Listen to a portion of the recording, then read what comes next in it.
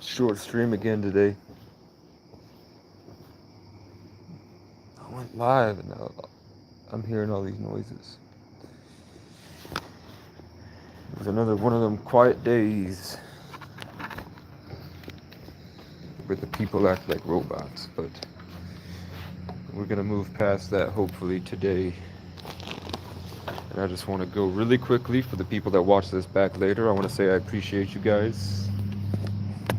I'm trying to provide value. You know, I'm not really in a great place to make content, man. I'm on the literal spiritual front lines here. But you know, I keep going every day. So I want to talk about the Lionsgate portal. So, in numerology and astrology, every year, I don't know if you can feel it. If you just take the time to let everything go for a second, I think you'll realize that everything's very heightened. All the emotions are heightened. It feels more glorious, if that makes sense. Everything that I do feels more meaningful and powerful. When I sing, there's just naturally more passion. I don't have to force it at all.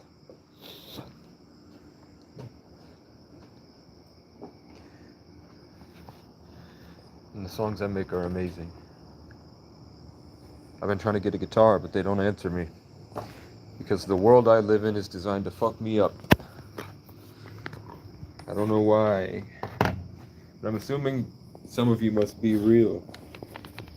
So, while we're here in the Lionsgate portal, I'm here to tell you how to make the most of it. The first thing is that what you focus on grows.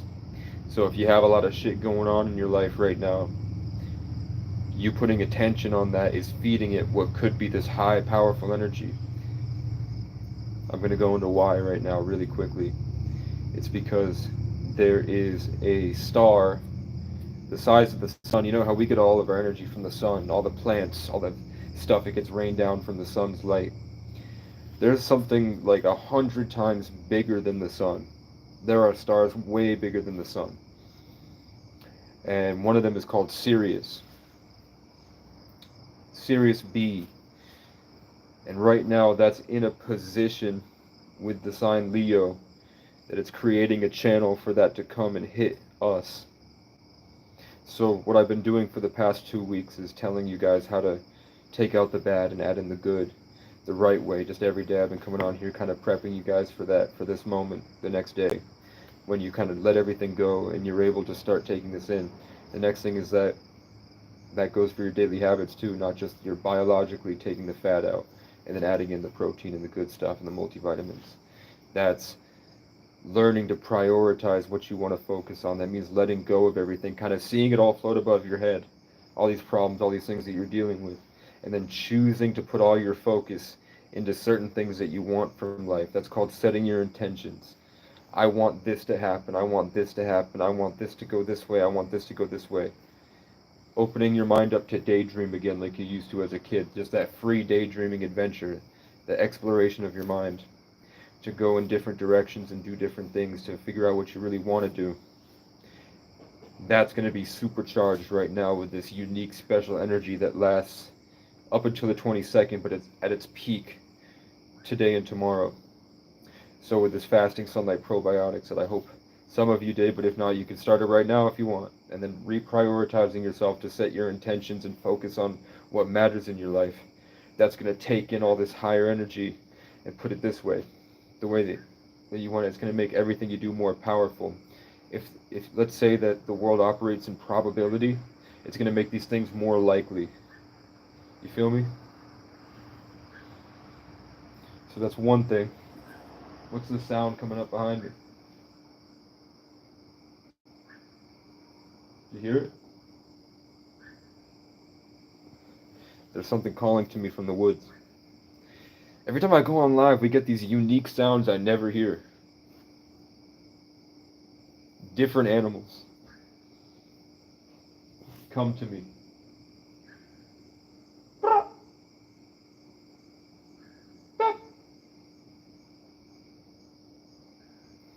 They do call and response.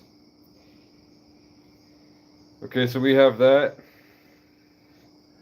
The regular stuff I always talk about: fasting, sunlight, probiotics. The understanding of the Higgs boson to be able to really feel the differences in the energy and the differences in the temperature, and to be able to channel that into what you're creating, and how to actually have an open space. How to clean your house. When you clean your house, you're cleaning your mind at the same time, so you're allowing for that space in your mind to be inhabited by this new energies that, with your understanding of the Higgs boson and daydreaming, you can channel that into different thought forms.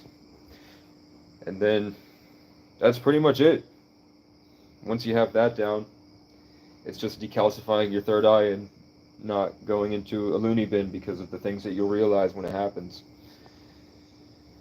When most normal people have this awakening moment, they all get hospitalized, or they turn into people that I see on my Facebook community page, where they're crazy, and they're obviously crazy, but you can tell they're putting a lot of effort into trying to fit in back into society. It's just not working because they've expanded. They're having trouble letting go that it was all a lie. And those people like to go out of their way to attack people like us. And I get to have fun with it. I get to have fun humbling. I get to have fun watching them clean up shit. They've been being mean to me, man. And then every day they have to come up and continuously clean up my shit because they can't afford to put it. They probably can, but they haven't put a camera there yet. so, so these people that are mean to me keep stepping in my shit every day.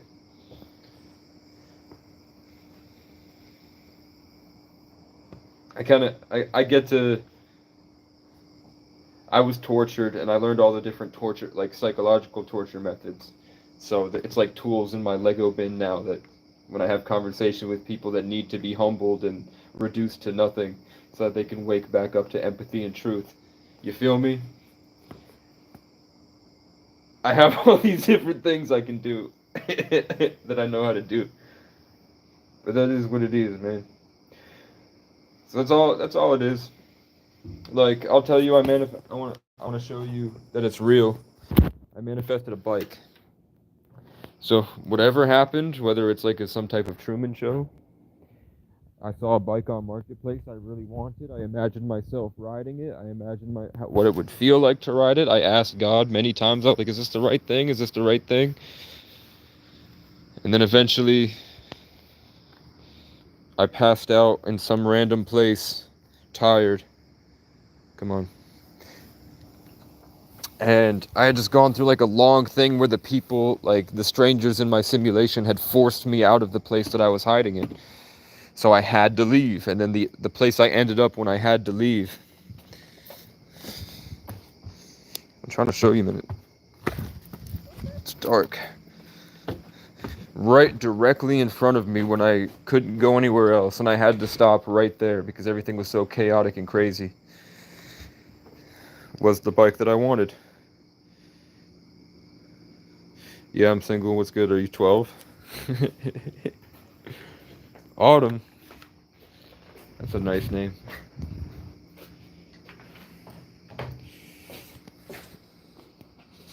Yeah, so I'm in. Check out my new bike. So my album, I have Sundance, Storm, and then I have Casey, but the S is like a big dragon. So the S is like huge. I'll show you. Just take a look at this S right here. You see the S on the side right there? It says Specialized Rock Hopper. What else does it have? Direct Drive Planet Bike. And then you look in here. So months ago I made this. Swords, Soul, Sundance, Storm, the S. The next year's the year of the snake. And then I got this bike. That's my colors. It's Specialized. And it was after I endured a lot of suffering and my life was horrible for a long time. I started off, I had my car stolen, And then I had to fight, and all the bikes I would get were broken and terrible, and I had to fix them, and then my tire popped. One time I got pushed off my bike and I skidded down the hill a couple months ago. I skidded down the hill a couple months ago and it went all the way up my body and it hurt, and I had to limp to a park and then lay there and rest until I healed because it kept opening up and bleeding everywhere. And then I got a different bike that broke, and then I found a BMX bike that was broken, and now I have this.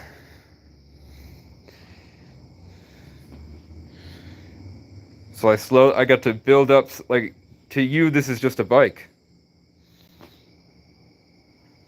But to me this is 9 months of hard work and suffering every single day. And now every second, like, when I just touch it, I just grab it and move it, and how smooth that it moves, how nice and slick it moves, man. And then when I sit on it and it's comfortable and it doesn't hurt, it's a nice seat. And then I can shift all the gears. I can move it around. I look nice when I walk through town, when I ride my bike through town. And I can go on trails with it.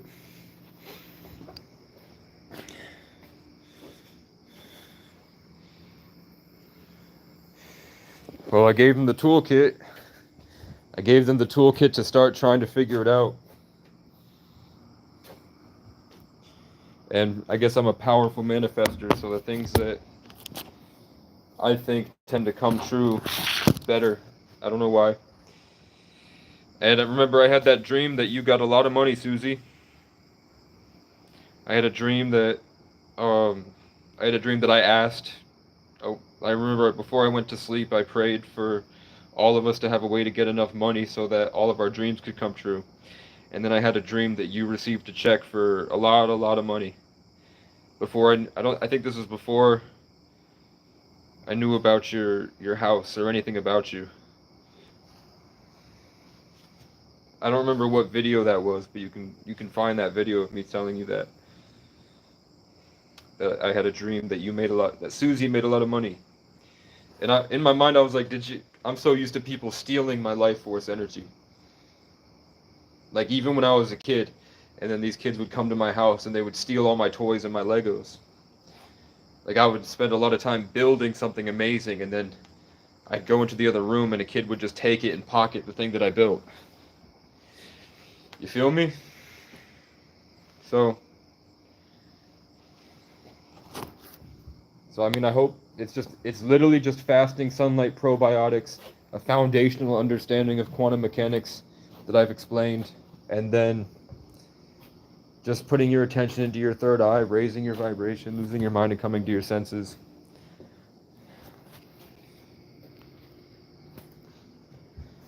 And then just being a good person.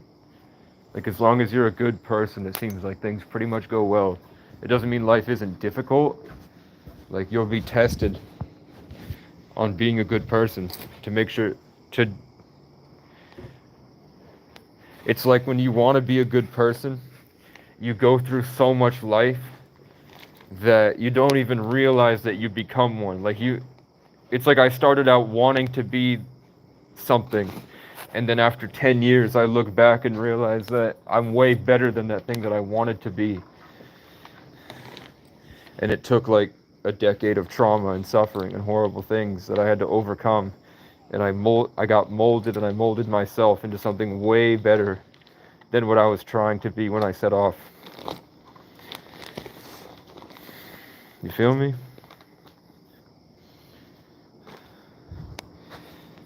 So that's where I'm at. We're getting close to the portal. I don't know what's gonna happen. This gay little boy keeps coming in to get put in timeout every day. And I'm grateful he supports the channel, man. It's good to have people in my corner, man. I hope I provided some value at least.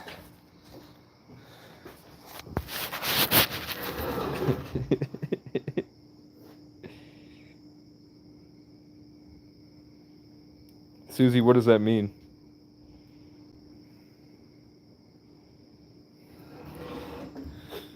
I don't know what that means, Susie. My ears are starting to ring. Yesterday I saw like giant blobs of light just kind of come out of the ether and start to like float around, and then my senses got really dulled. If like now there's just this dull metallic ache in the side of my head.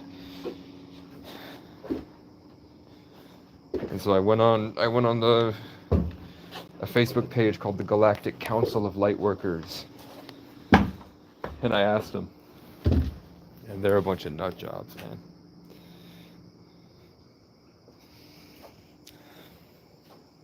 Isn't every day the point of no return? Because you can't go back to the past, but you can focus on the future that you want.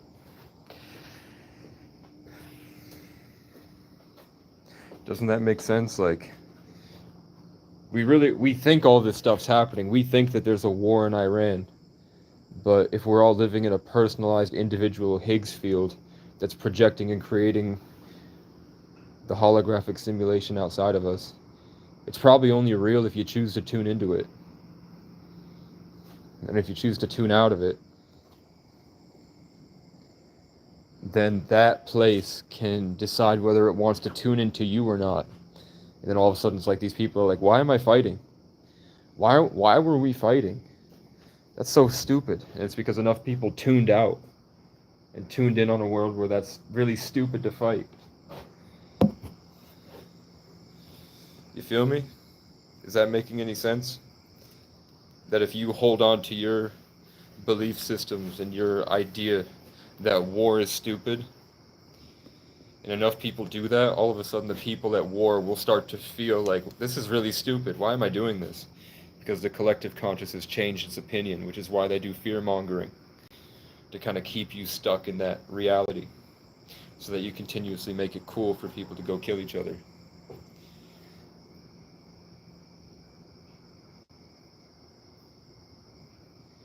Susie likes to show off her vocabulary. Susie, I know it, by Apollo and Artemis, he meant they're embodying archetypes for the public to attach to.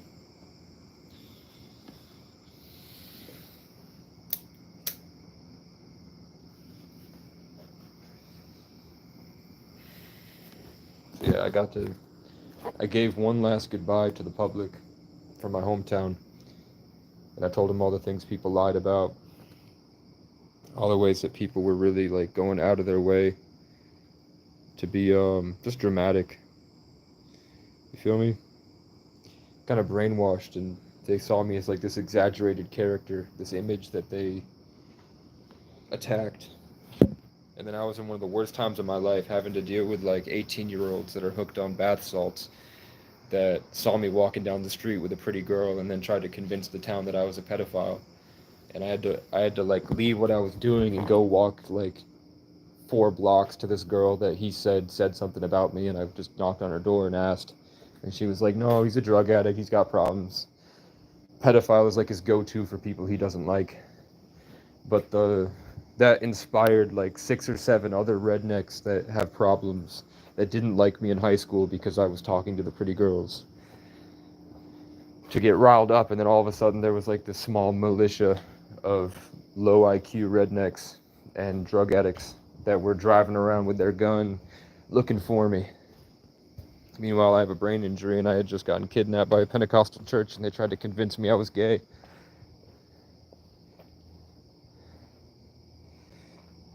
It wasn't the church itself, but it was one of them. So I was pretty messed up, man. And before that, I had a lot of stuff that happened before that brought me there. I was like reduced to nothing and had to bring myself back. Susie's just saying gibberish at this point. Susie,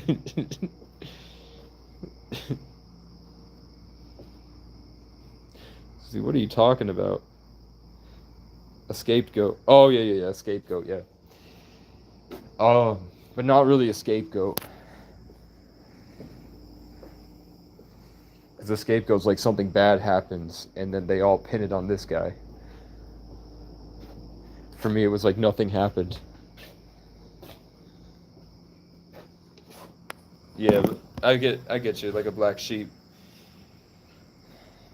But yeah, so the energy's high. I figure there's more people that have come to their senses.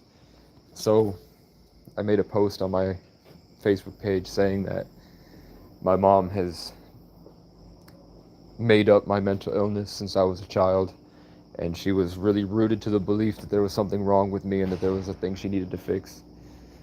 I'll walk around. Somebody's making loud noises. There's janitors here.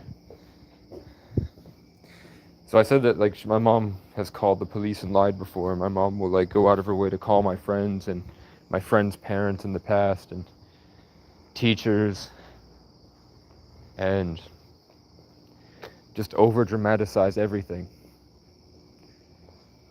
like a spiritual attack, to ruin my reputation in these people's minds, so that the next time I go in, they no longer see me as me. They see me as this idea. You feel me?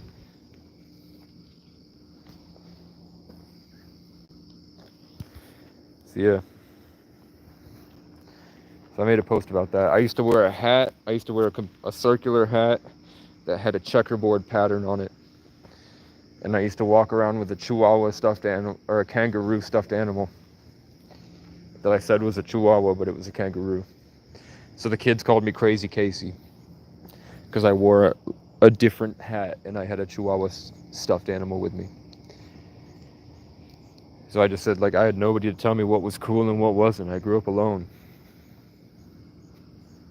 So to me, that was really, really cool. It's not my fault you didn't think so, I think. If everyone had a hat and I didn't have a hat, then I'd still be crazy. And then I brought up all the ways that the ancient kings used to do the same exact things that I would do naturally as a child that people said was weird. So I brought all that up, and then I brought up how I've learned now that the ancient kings did exactly what I used to do. They would wear the things on their head and they would keep the thing next to them, the pet. Like the Anunnaki that would wear the crowns, and then they had the lions that they would carry at their chest, the same way that I would walk around carrying my kangaroo and wearing the weird crown. Because it's what felt natural to me. I felt more like myself when I had them.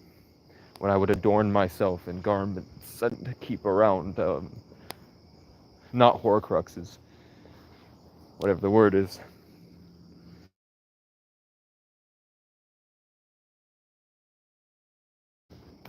So it's the Lionsgate portal, and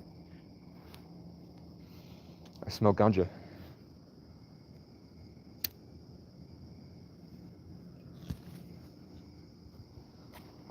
But yeah, I can't afford to make my dreams come true. So I opened up some people's minds and gave them the opportunity to fulfill theirs. Now I'm getting tons and tons of Instagram DMs of people trying to spiritually connect to me. It's really weird. It's stuff I saw when I called my childhood hero and I talked to him. He was talking about the same stuff and I didn't really understand it, and now I do. Like, I became with this live stream series, I became my childhood hero. I did everything that I saw that he did that I admired when I was 13. So I've pretty much done everything, man. I performed on stage. I've done everything except make content, like real, actual art content. I've done everything else that you could think of, except gay stuff. And I don't really want to, man. It's not my cup of tea, you feel me? But I've done everything else. I've been a literal king, sitting on King Street, surrounded by a group of Celtic, homeless Irish kids, and then I brought them all out into public and we went to war against the evil rich English and Romans. I went out and hunted pretty girls and I got their numbers and led them on amazing adventures and had great sex at the lake. I defeated groups of corrupt government officials and pedophile organizations inside the Burlington youth shelters. and expose them with the local news. I didn't slide on the ops and shoot them, but I like walked up to somebody that was twice my size and twice as heavy, like huge fat guy in his 40s, huge muscles like a mechanic, and he came at me and tried to choke me out, and I got him on the ground. And then I've had punk kids that came at me and like they got me a couple times in the head, and then I just picked him up by the neck and I threw him down and then stomped him out in my Timbs. And then they got up again, and then I just ripped their legs out from under them, and then they slammed their back, and then I was like an inch from knocking all of their teeth into their brain and probably killing them. And then in that split second, right before my foot connected, an adult tackled me into the wall. But yeah, I won fights when I was 13 in government programs, in shelter programs. So I've really done it all, man. I've done it all except sit on like a podium and talk to the masses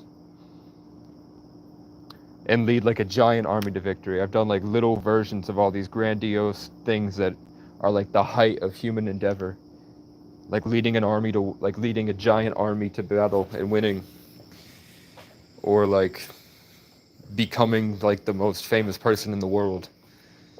I've like done all of those things that you could do at a small level. So like if I just kept doing it with like a little bit of higher quality that reached a higher audience, it'd be the same exact thing, just with more people involved. You feel me? It's like I've really got to do it all, but it's just a small, like Vermont is like the golden spiral, whereas like as above, so below, as within, so without, the smallest things affect the largest things. I did all those large, grandiose things that people did, but I got to do them all in a small setting like Vermont, where I naturally feel like an ancient god or a giant when I walk through and talk to people.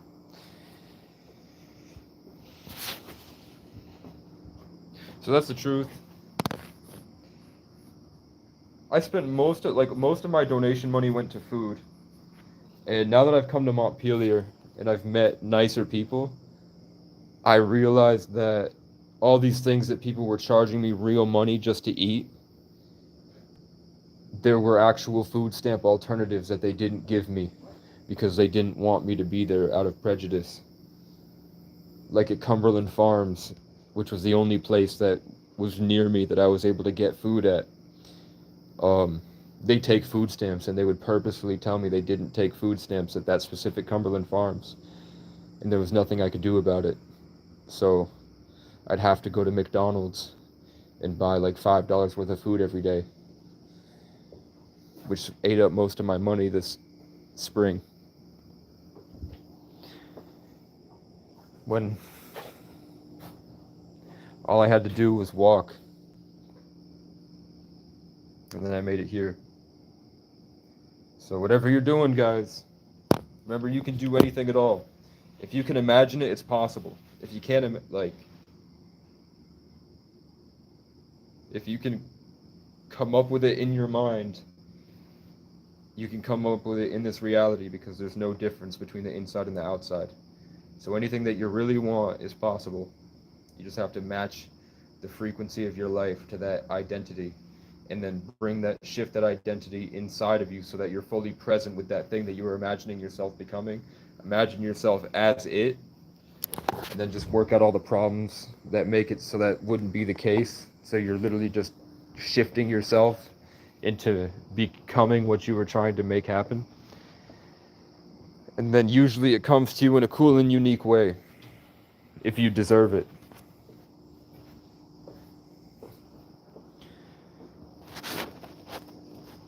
So that's it, man. Keep your eyes up, keep your head up, keep your focus up. Raise the elevation, raise the vibration and frequency of everything. And is this helpful? Throw me some money back, man. This has been Casey O'Brien. Thank you for watching. Keep going, fam.